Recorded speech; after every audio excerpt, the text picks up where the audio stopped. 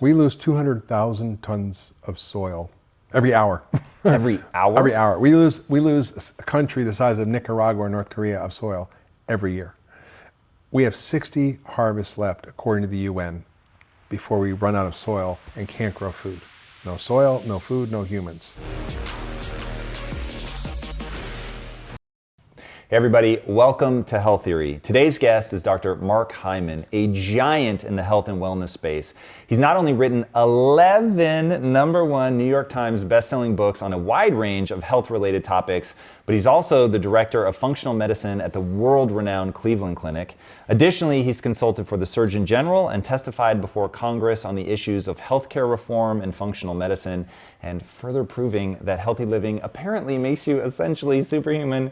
He also founded and serves as the medical director of the Ultra Wellness Center, acts as the chairman of the board for the Institute for Functional Medicine, and somehow has time to be the medical editor of the Huffington Post. And quite honestly, all of that is just the tip of a very large iceberg of incredible accomplishments.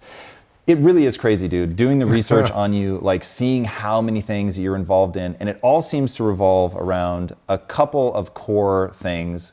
One of them being shocking, we'll get to that one in a minute, around Buddhism and connection and love and all that, which I was really blown away by. Yeah.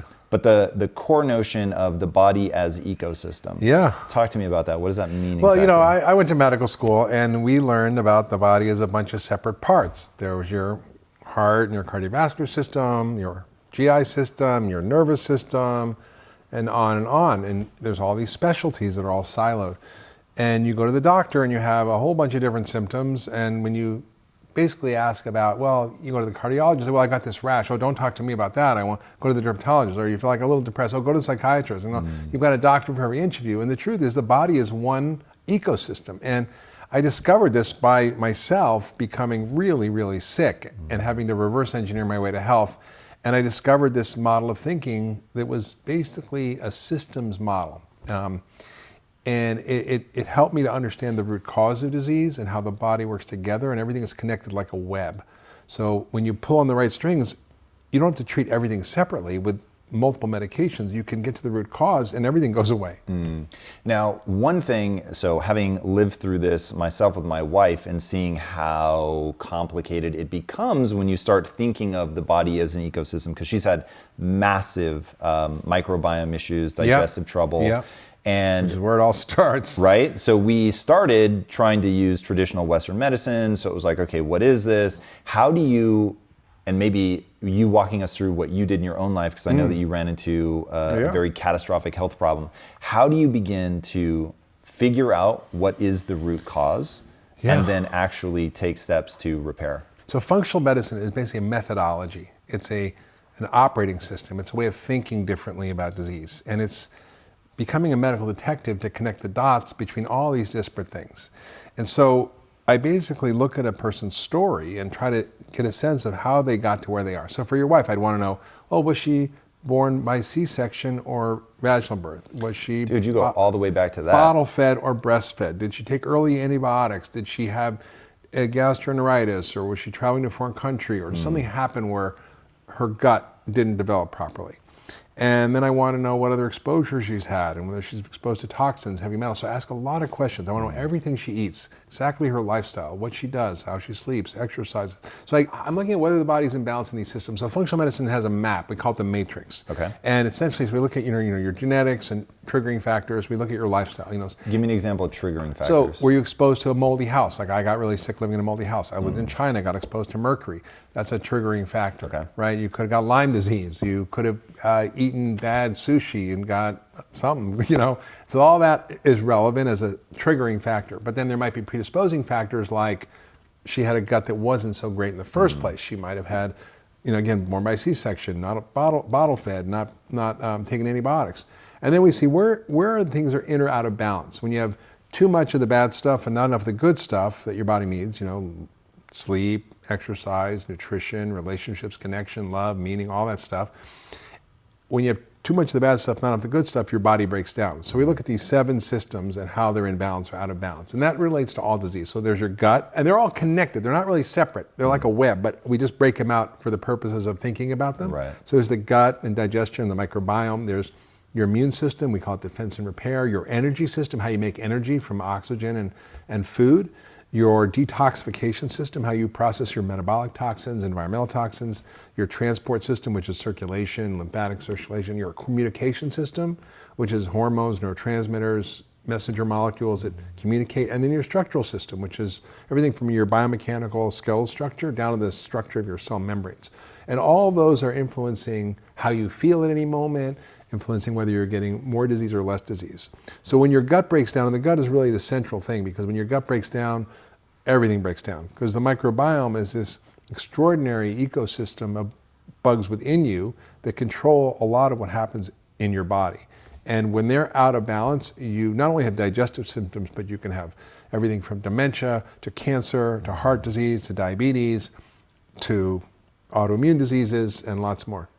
So I know you've talked a lot about the need for coaches and getting a health and wellness coach involved in your life. If somebody right now is at home listening, so now they understand the 7 systems that are working together, how can they begin to diagnose what's going on? Yeah. Are there like simple questions that they can ask themselves? So like in Lisa's case, we sort of backed into, there are probably several problems, including bordering on an eating disorder when she was younger. Yeah. And then that'll mess up your system. Yeah, for sure. And then a lot of antibiotics. And the threshold event ended up being she just got some sort of bug of some kind. But it was because she had taken antibiotics, I mean, a lot. She was taking antibiotics like 4 or 5 times a year for years. She had chronic chest infections. Right. And so then she hits this bug, whatever, here in An LA. intestinal bug. Yeah. And that was a tipping point. That's correct. the triggering factor. Yeah. Right? So the whole point of functional medicine is about creating health. Regular medicine is about diagnosing and treating disease. I don't really care what disease you have. I want to know, how do we create health? How do you get the best microbiome on the planet? How do you create a healthy inner garden? What do you have to do that? How do you diagnose what's out of balance there? And get rid of the bad bugs and then put in the good bugs. But it's not just as simple as taking probiotics. Right. I actually had a... Do you think probiotics work? They're like tourists. They come through the economy, they affect things a little bit, but they don't stick around that long. So you have to keep taking them, which is not bad necessarily. But what's really extraordinary is that I recently developed ulcerative colitis as a result of taking an antibiotic for a bad tooth I had, a tooth infection. Wow. That led to C. diff, which is a deathly intestinal infection. Whoa. That then spiraled into colitis. And doing what I do, I was like, okay, well, this is kind of messed up. I got to rebuild my gut. And I, took all the things I knew and I put together this cocktail of stuff. And there was one particular bug called Akkermansia, which is really important in regulating immune function and cardiovascular health and lots of things. And it protects the biofilm, it restabilizes your gut. And this is all really relatively new research. If you have low levels of this, for example, if you get those new checkpoint inhibitors that are anti-cancer drugs that are immunotherapy, they don't work. What's a checkpoint inhibitor? It's an immunotherapy drug which activates your immune system to kill the cancer. And this is like 100%, like if it works, you're cured. You have melanoma like Jimmy Carter, it's stage 4 melanoma, you're gonna be dead in a few months. You take this drug, you're cured, and he's still building houses at 99 years old or something. So these are amazing drugs, but they don't work on everybody. And it turns out if you don't have a healthy microbiome, they don't work. So all this research is going on. I started looking at it and I realized, what? Taking prebiotics is good, which is fiber, feed the good bugs. Taking probiotics is good, but they also like polyphenols, which are these extraordinary compounds in colorful fruits and vegetables that the microbiome needs to grow. And so thinking about creating a healthy soil, you can put all kinds of chemicals on, right, fertilizers and this, and you have a damaged soil, it doesn't really grow good food. But if you have a healthy, rich soil, you can create health. And so we put in all these things like cranberry, pomegranate, green tea, and they are really great for Akkermansia. Okay. And then I use prebiotics, fiber, like acacia fiber, to help feed the good bugs. And I also used a form of colostrum, which is immunoglobulin. So it's like passive immunity, helps regulate the immune system. And I use little collagen peptides. I took something called probutyrate, which is a product that helps with the fats in the gut. And this is a general cocktail that I take. It's a shake, take it every morning, and within 3 weeks, my ulcer colitis was gone. And now I'm like, best poops of my life. So that's very interesting. So first we had to kill the C. diff, then we have our magical cocktail. what if somebody has SIBO? Would you recommend doing a round of antibiotics to kill the SIBO first? Yeah, SIBO, for everybody who's listening who doesn't know what that is, it's basically where the bugs migrate up into your small intestine and from your large intestine. So you normally should have a sterile upper gut, and your lower gut, your colon, is where your poop is and your bad bugs are, or good bugs. When they migrate up, that's when you get bloating, distension. I call it food baby. You feel, like every time you eat, you just feel bloated and full after. That's often a sign of bacterial overgrowth. It's really common. So you have to figure out why it's happening, because if you just treat it without knowing that, it can come back. That's interesting. Why would it happen? Well, it can happen because you have motility issues, you have low magnesium, you have a parasite. There may be some reasons why. You could have a BCO, which is a tick infection. So you have to figure all that out. But then you can take herbs, or you can take special antibiotics that are only in the gut. And I also use antifungals that clear out the bad bugs. I call it the weeding, seeding, and feeding program. You weed out the bad bugs, and you seed it with good bugs, and you feed it with all this good stuff. Okay, so if we're doing weeding, seeding, and feeding, what do you use to identify what the current state of your microbiome is? Is there a particular test that you recommend? Yes, there's so many tests out there, but clinically, I think the most useful one, I've been doing this for 30 years, and it's called GIFX from a lab called Genova, and it looks at not just the microbiome from measuring the bacteria, because you can do that. You can measure with new DNA testing, which is really actually RNA testing for bugs. You can actually measure all the bugs in there, but then what does it mean? How clinically relevant is it? So I look at the function of the gut. Are there the products, for example, in there that are made by healthy bugs called short chain fats? If they're low, you know that there's no good fats, and that's the fuel for the colon. I want to look at you. Are your digestive enzymes working? Are you absorbing food properly? Is there inflammation in your gut? What's your immune system doing in your gut? What is growing in your gut? Do you have a parasite or bad bugs? So I look at all that, and then I can come up with a sense of what's going on. And often people have leaky gut and food sensitivities, and this vicious cycle of these bad bugs and food sensitivities, and it's what makes so many people sick. How long would you expect, when done well, how long would you expect this repair protocol to take? If you combine it with diet, because you also have to eliminate the things that are in your diet that are driving gut problems, right? Because think about it, you're eating pounds of food every day, and that is what's landing in your gut and feeding your bugs. And if you're eating processed food, sugar, starch, bad fats, it's going to be a problem. You're not going to get better. So you need a whole foods diet. I call it the Pegan diet, which is kind of a joke, but it's like, less extreme, more inclusive, but whole foods, focusing on quality, not so much worrying about quantity. And sometimes eliminating things like gluten and dairy and other things that can trigger food sensitivities. And combined with the diet and this protocol, within a few weeks, people start to feel significantly better. And then it takes about 3 months to really kind of reset the whole thing. When somebody has a stubborn problem, like Lisa is insanely disciplined. If you tell her to do something, she's going to do it for sure. Her diet is clean. In fact, I would probably consider that one of the things that became her problem was... It was too restrictive? Too restrictive. Oh. So, and then once the SIBO kicked in, once she encountered the parasite and had the threshold event, it's like the weed, seed, and feed thing, I don't know that we've ever gotten perfect. Like, is there any particular thing that creates a stubborn problem when the person is being disciplined, but it continues to not go away? Absolutely.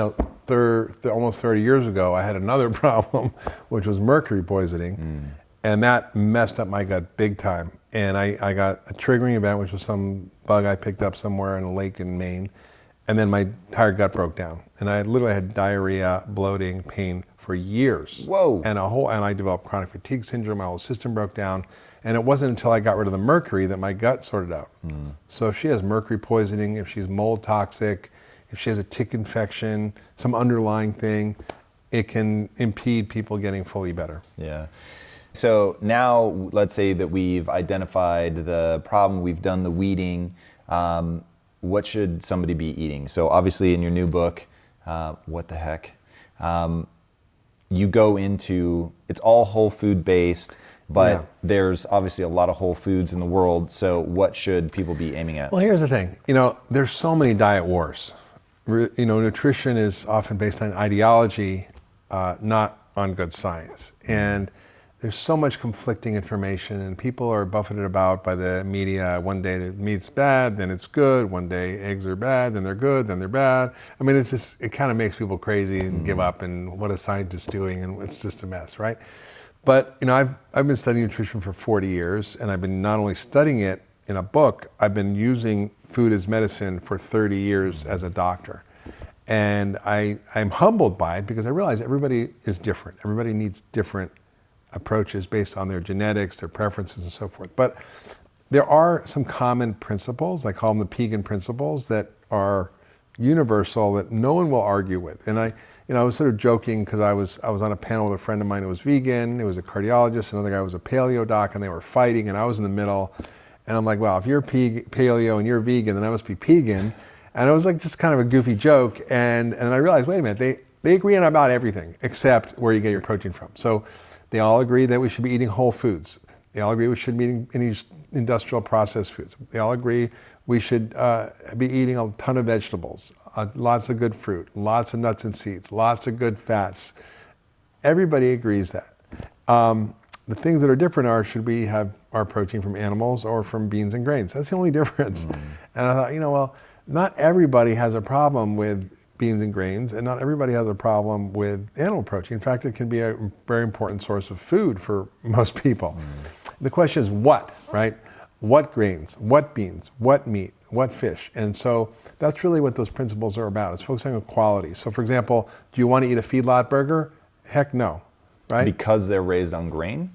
For many reasons. One, they're raised in a way that is inhumane for them. They're raised on foods that create bad metabolic profiles in the animal. So you're eating a lot of inflammatory stuff. They feed them chicken shit, they feed them candy, they feed them corn. And then there's how they grow the food for the animals, which creates massive environmental destruction, loss of biodiversity in the soils and animals, loss of water resources because of all the irrigation to grow the crops for the animals, the deforestation that results, the destruction of our soil, the use of fertilizers, pesticides. The fertilizers run off and destroy all the rivers and lakes and oceans and create dead zones the size of New Jersey in the Gulf of Mexico that kill 212,000 metric tons of fish a year. And there's 400 dead zones like that, the size of Europe, around the world, that are in coastal areas that are killing the food supply for 500 million people. That's because of the consequences of how we're growing our food. And not only that, it's a giant source of climate change for all those reasons. So nobody should be eating factory farmed animals. On the other hand, you look at regenerative animals, which means regenerative means you farm or grow animals in a way that is bringing the ecosystem back to health, which is restoring soils, reducing water use, eliminating fertilizer, pesticides, herbicides. And there was an interesting analysis. Everybody's into these plant-based burgers now. And, I think, it's better that we eat plants, and that's great. But what plants? Should it be a highly industrial product, like Impossible Burger, for example, is GMO soy. So it's grown in a way that you're getting lots of glyphosate, which is not good for you. It destroys your gut. The food is grown in big monocrops, intensively with fertilizers, pesticides, herbicides, destroying the soil, using up water, and so forth. It's way better than a feedlot beef. But when you compare it, this was done by an independent life cycle analysis company, Qantas, that looked at both Impossible Burger and a regeneratively raised beef burger from White Oaks Farms in, I think, Missouri.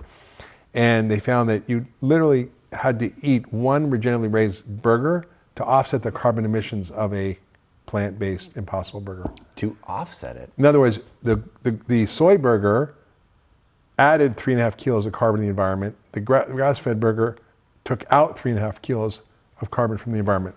Because soil is the biggest carbon sink on the planet. It can hold 3 times the amount of carbon in the entire atmosphere if we took care of it and built organic matter in the soil, which only happens through the use of animals that dig and pee and poo and move around and chew down the grass.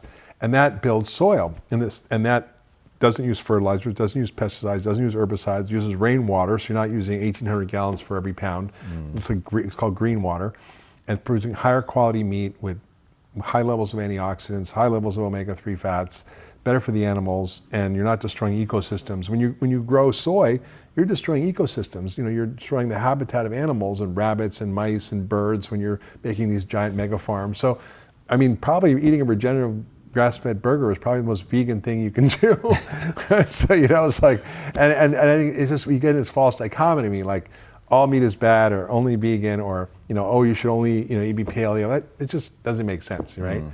That's really interesting. The green argument is fascinating, seeing sort of the balancing out that's going to happen between whether there is some amount of farm raised that's actually necessary. I've heard you talk about the topsoil before, and that's actually something that without animals, you're going to erode the soil, and that in and of itself causes some dramatic issues. We lose 200,000 tons of soil every hour. Every hour? Every hour. We lose a country the size of Nicaragua or North Korea of soil every year. We have 60 harvests left, according to the UN, before we run out of soil and can't grow food. No soil, no food, no humans. Forget climate change. That sounds relatively problematic. And by actually using the strategy of regenerative agriculture, we can draw down carbon, not add to the carbon in the environment. Even if we stopped all fossil fuels tomorrow, we still would be screwed. We need strategies that draw down carbon out of the environment, and the food system is the number one set of solutions. Let me ask you, so even just forgetting anything ecological, why plants? So when you were saying everybody agrees we should eat more vegetables, obviously I would say Stephen Gundry probably doesn't agree that we should eat more vegetables. Maybe if there's certain, the right vegetables. Do you have a take on that? Like, what's your vibe about lectins? Yeah. Okay. So I think it's really personalized. And so for some people who have serious illnesses, getting off of inflammatory foods, including lectins, can be helpful. But, look, 60% of our diet is ultra-processed food. That's the first priority I have, is get people off that stuff. Don't restrict vegetables, because unless you're really sick and you want to try it as a therapy, fine. But I'm really not, a big fan of telling people to not eat vegetables, because I think there's so much value in them. And I think if we actually have the problem of restricting unnecessarily for people, it's not great. Well, let's talk about, what do you think about the carnivore diet? Is there any logic there? Well, it's interesting. I mean, like Jordan Peterson's doing that, and his daughter did it to cure autoimmune disease. And yes, if you are really sick, sometimes it can be profoundly helpful. I mean, if you have autoimmune disease, if you have severe obesity, there can be real benefits. But we used to eat 800 species of plants as hunter-gatherers. We ate animal products when we could find them, or hunt them, and it was a part of our diet. It wasn't a staple. Some cultures, like the Plains Indians, like the Lakota, they lived mostly on buffalo, and they were the longest-lived people in history. They had more centenarians per capita than any other population at the turn of the century. Yeah. So you've talked about, one thing that medicine really has got to start doing is looking at the laws of biology. So, physicists are looking at the laws of the universe. What are the laws of biology? I'd love to hear, what are some of the laws of biology? How does that play out in terms of plants? Because I can walk you through, it's admittedly like a layperson's understanding, but when I walk through the notion of the plant paradox, and you start thinking of a plant as having basically a chemical evolutionary advantage, or the way that they stop predators is by creating these chemicals that either upset their stomach, or they're bad for them, or they're bitter tasting, or whatever. It's like, oh, that makes sense. When you have something, it has to have a mechanism against predation. Yeah. And humans are one of the predators, and so, it didn't develop claws or whatever. It developed like these chemical signals. You've talked about food being signals more than just calories. Yeah. So it's like, okay, well, there's actually some logic. Whether it's true or not is a totally different question. But there's a followable chain of logic to why plants potentially have issues. And so it's like, is there anything that they all share that for somebody with a sensitivity, they're an issue? Or no, like there's so many other nutrients in vegetables. If you're not eating them, you're committing a cardinal sin of the laws of biology. Well, if you're eating nose to tail, like you're eating the liver, which has more vitamin C, more vitamin A than any vegetable on the planet, right? You can get by, but... You can get by, or it's ideal? I don't think it's ideal. I think your gut, the microbiome feeds on carbohydrates. It feeds on phytochemicals. So it feeds on fiber, right? What does happen to your microbiome if you're only eating a carnivore diet? It changes. Nose to tail. It changes. But in a bad way? Potentially. I think, there's some interesting experiments. I think we're still in the exploration of like what happens when you eat different diets. But I have a little different view about vegetables. And I call it symbiotic phytoadaptation, which is fancy. a fascinating concept. But essentially, yes, there are defense mechanisms in plants that help the plants, but also can help us, right? So for example, we don't make vitamin C. We get it from plants. We need things to help us detoxify. So when you eat broccoli, you upregulate the glutathione, the pathways of detox in your liver through phytochemicals called glucosinolates. Your microbiome loves the polyphenols in pomegranate and cranberry, right? So I think we have co-evolved with plants. So we use these compounds, these phytochemicals, to regulate all sorts of biological functions, from inflammation to our microbiome, to detoxification, to brain function, neurotransmitters, and so on. So I think there are plants you don't want to eat. You don't want to eat poison mushrooms, right? You don't want to eat foxglove, which kill you. But there are a lot of plants that we've evolved with that we use in our bodies to regulate our biological functions, and I think they're really necessary. Talk to me about soy. I heard you say something, which I'd heard before, but I don't know, there's something about the way you said it that really hit me, that you see women drinking or young girls drinking like soy milk like it's going out of style, and then it will put them into premature... Yeah, happened to my stepdaughter. Soy milk was the big rage, and she liked to drink, she was allergic to dairy, so she just drank, quart of soy milk a day, and she ended up at 9 years old getting little boobs. Whoa. And we're like, oh. Because it's upping her estrogen? Yeah, so soy is a very controversial topic for many reasons. There's all the environmental issues, obviously of big monocrop fields, of tearing down rainforests in Brazil, of all the consequences of climate change and all that. But from a dietary perspective, it's been a staple in diets for millennia in Asia, and it's always been processed in a way that makes it more digestible. Tofu, tempeh, right? Miso, soy sauce. Those are traditional foods. When you start, making soy hot dogs and soy burgers and eating all these, processed things, even soy milk is not something we used to consume. You get one, trouble with digestion, 2, increased risk of allergy, and 3, you get extra hormonal effects when you have these massive quantities of these things.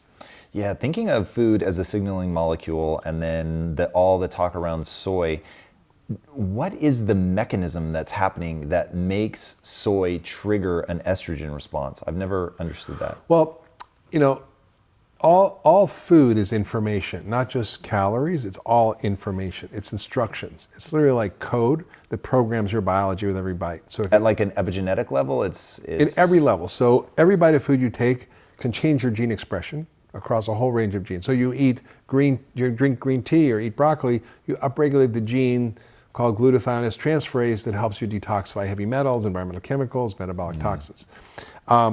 So it regulates your genes. It regulates your hormones. So if you lost starch and sugar, it increases insulin, lowers testosterone, increases estrogen, for example. It affects your brain chemistry, and what your hunger hormones are, your craving levels are, and what foods you're attracted to.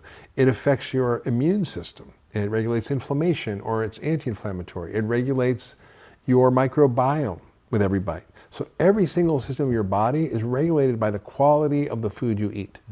And when you realize you shouldn't just focus on calories, you should focus on quality, and the information you're eating changes everything.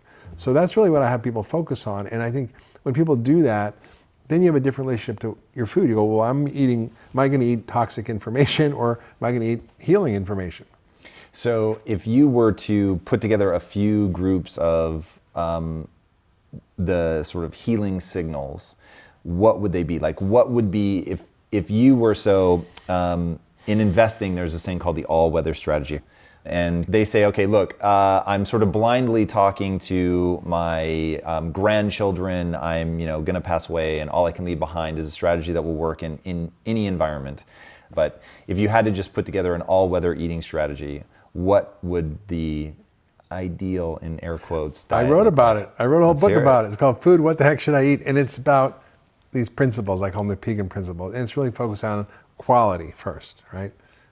Nobody thinks we should be adding additives and hormones and antibiotics and pesticides and glyphosate to our food. Like, it's in it, but nobody's like, yeah. How do we avoid it at the grocery store?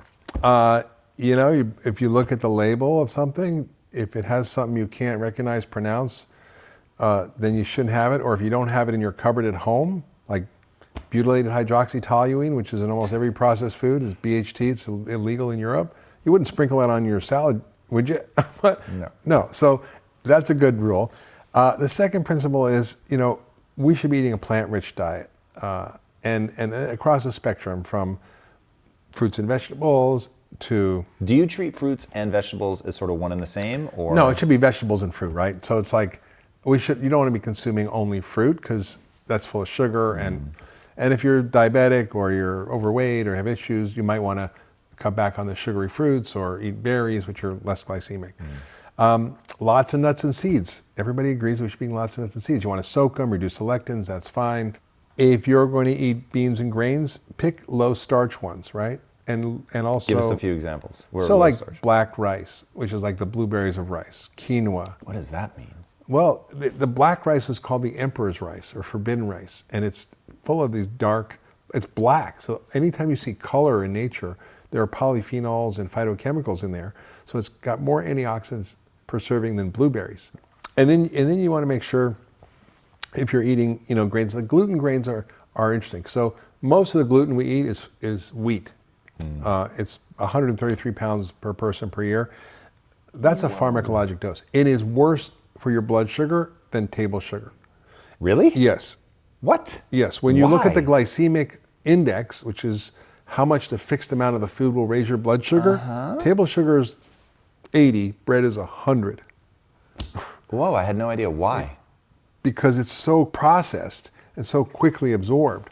And if you want to eat, if you're not gluten sensitive, you want to have farro or einkorn wheat or, spelt, you might tolerate those because those aren't highly altered genetically. But the wheat we eat is super starchy, has a lot more gliadin proteins, create more gluten sensitivity, is sprayed with glyphosate at harvest to defoliate the plants.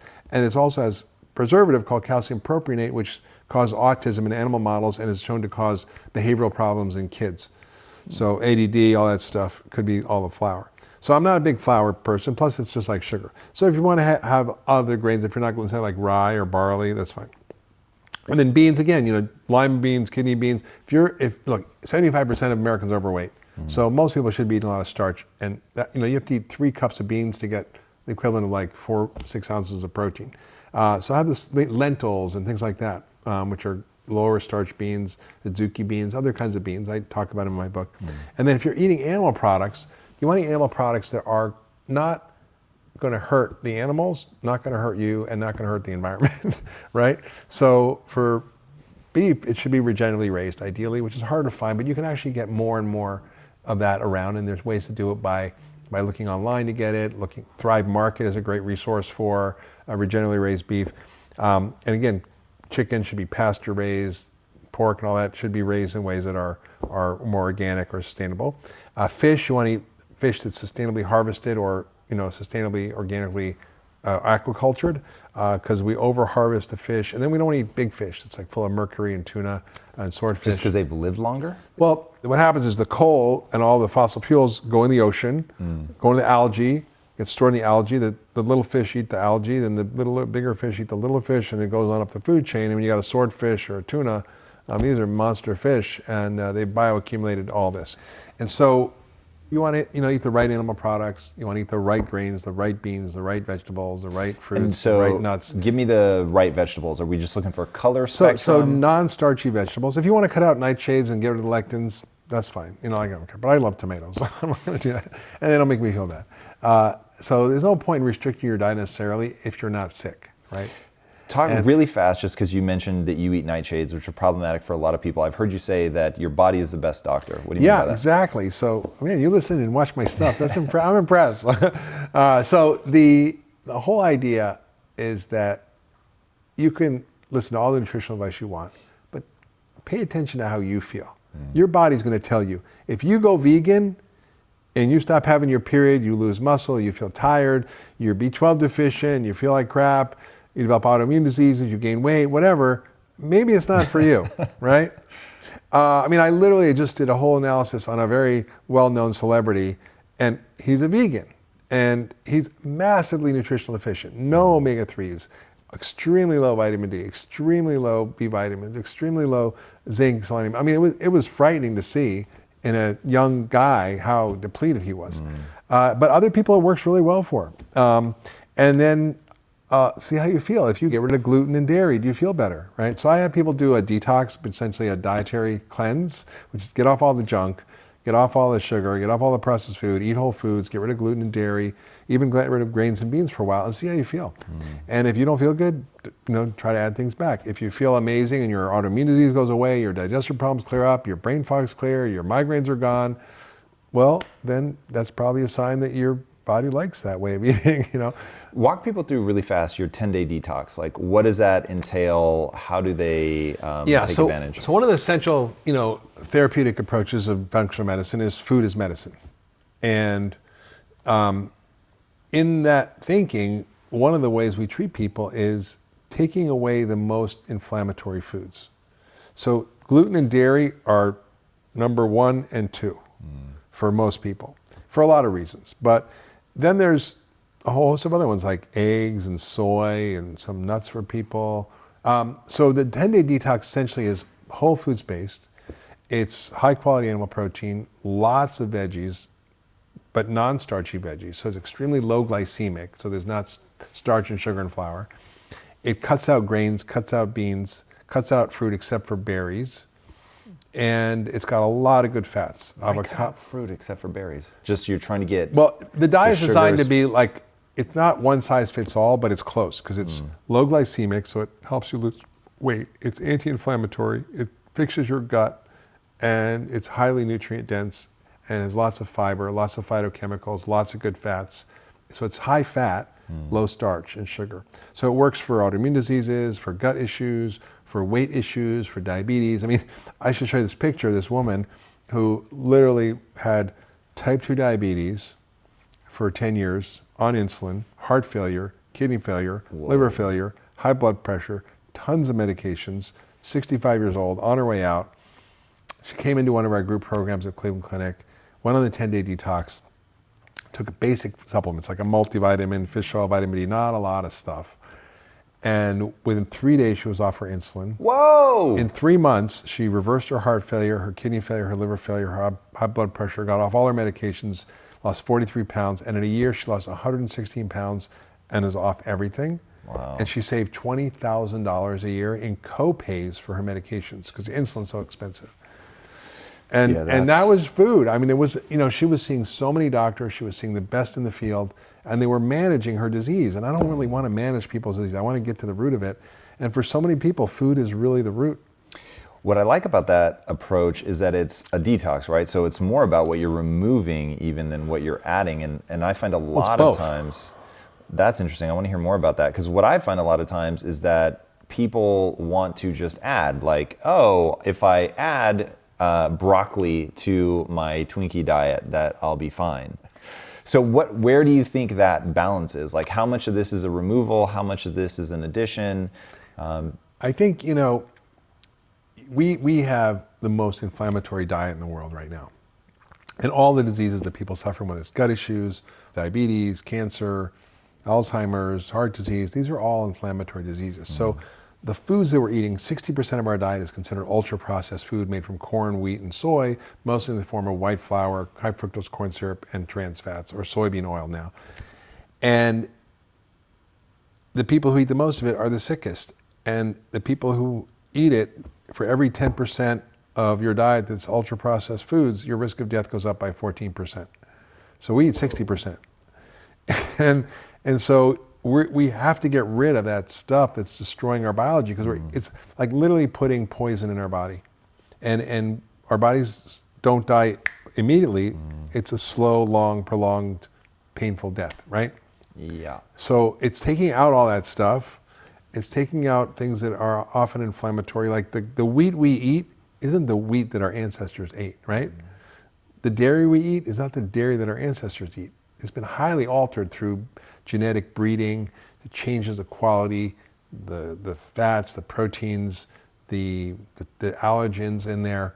So like we used to have heirloom cows, which were, if you travel around the world and you see these cows, you're like, wow, that's a weird looking cow. Like, it's like, I never saw a cow like that, because they're all like these same cows in America. They're like these white and black Holstein cows. They're all bred by like 3 bulls, and they're pretty much genetically the same. And they have high levels of A1 casein, which is super inflammatory.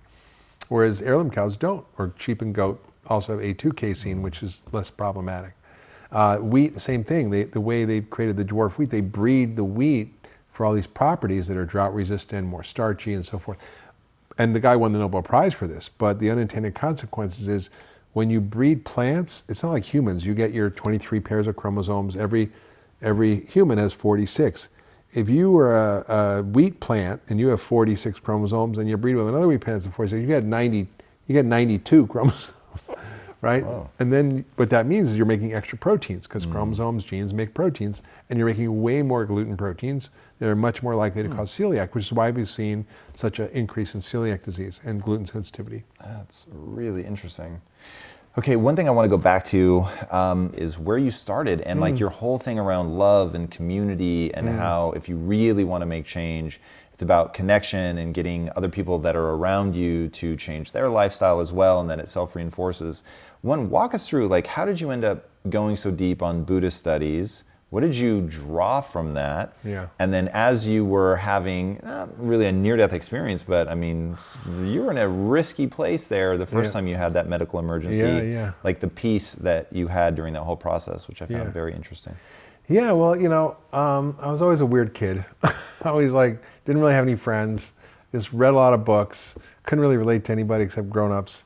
And then I got to college, and it was like, wow. And I read Walden when I was like 14, 15, and I just studied it like a Bible. And what specifically is hitting you? Like at 15, to encounter those ideas, which would run very contrary to a standard American upbringing. Yep. But what specifically were you like, whoa, that resonates? Well, it just, I remember being like 3 and just feeling so much love for everybody and just feeling in a state of love all the time.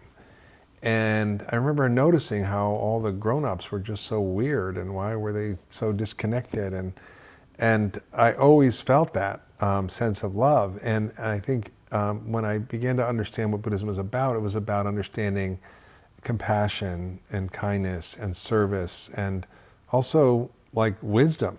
How do we see the world? So Buddhism isn't a religion. It's basically a phenomenology of the mind. It's a description of how our perception works, why we suffer, and how we can break down that, sort of in slow motion, like the Matrix. Break down the ways in which we get into this suffering pattern of getting attached to our meanings we put on things, and it creates all this misery and suffering. It's all created in our head. And I really was looking for a way out of my own suffering as a kid, and it just really spoke to me. And how does that become so important as you look at wellness and think of that as sort of a critical pillar of actual wellness? Do you talk in functional medicine when somebody comes to see you, do you talk at all about the need to meditate? Oh, of course, yeah, 100%. So what is that? What's the connection there? What's the mind-gut connection? Like, how does this all play together? I said before, we're one system. So your brain is connected to everything else, and when you're stressed, you're dysregulating all the functions in your body, right? It's fine if you're running for a tiger, but if you're stressed all the time, your gut shuts down, your immune system doesn't work, you're constantly in a state of vigilance and stress, which just degrades every system in your body. So it's a huge component, is both dealing with your mindset and your way of thinking to sort of be able to unhook from all the meanings we attach to things, all the perceptions we have that aren't really true, and the suffering we self-generate. And then I also teach people tools and techniques to help them reset, right? So we're all stressed. Like, I'm running around in LA today, doing my TV shows and this and that, for my new book. But I make sure I meditate. Like, I meditated this morning. Sometimes I'll be able to squeeze in a yoga class. Like, I'll. You used to be a yoga instructor. I did. I was a yoga teacher before I was a doctor. Yeah, I was kind of weird. I told you I was weird. It's so interesting, man. Here's the problem with where you're at today. Functional medicine is no longer like this alien notion, but the fact that you've had your finger on this for as long as you have is really interesting. The fact that it was born into the mind of somebody that was so into Eastern philosophy does not surprise me. Well, it's a systems view, right? And what is Buddhism is sort of a description of the laws of the mind, right? And so functional medicine is a description of the laws of biology. We have no theory. We have theories of physics, right? We have the laws of physics. We can build a bridge or a spaceship based on the laws of physics, right? And it works because there are natural laws. Well, what are the natural laws of biology? There are natural laws. In medicine, we've not thought about that. We were like, well, this hurts, so fix this. It's like a knee problem. The knee problem might be related to your gut, right?